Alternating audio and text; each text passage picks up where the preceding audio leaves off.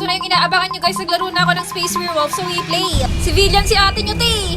Hindi, wow. Nandito si 1 tsaka si 3 tapos si 7. Alis muna ako dyan, te. Bahala ka dyan, magpatayan kayo dyan.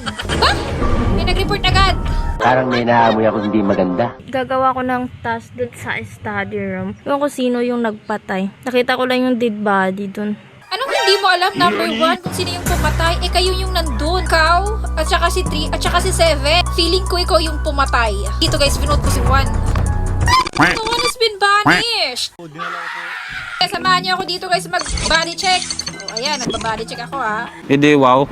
Di ko na na-control tayo. Kailangan ko na mag-emergency meeting. Maniwala kayo sa akin, si 1 at saka si 7 yan. Silang dalawa yung killer. Pustahan no. Naloloka ako kay number 2. Tawag siya ng tawag. Hindi pa nga sigurado kung si 1 or 5 yun. Sama ko talaga si number 6. Huwag kang anong number 2. Baka ikaw. Kung ako yung killer, pinatay ko na sana si number 6, diba? Huwag kayong paliwanag. Dito guys, si number 1 na yung binote ko. Diba? Si number 1 nga yung killer sis. Nice. Wala na. Olats pa din. Di ba naman pinala yung apoy?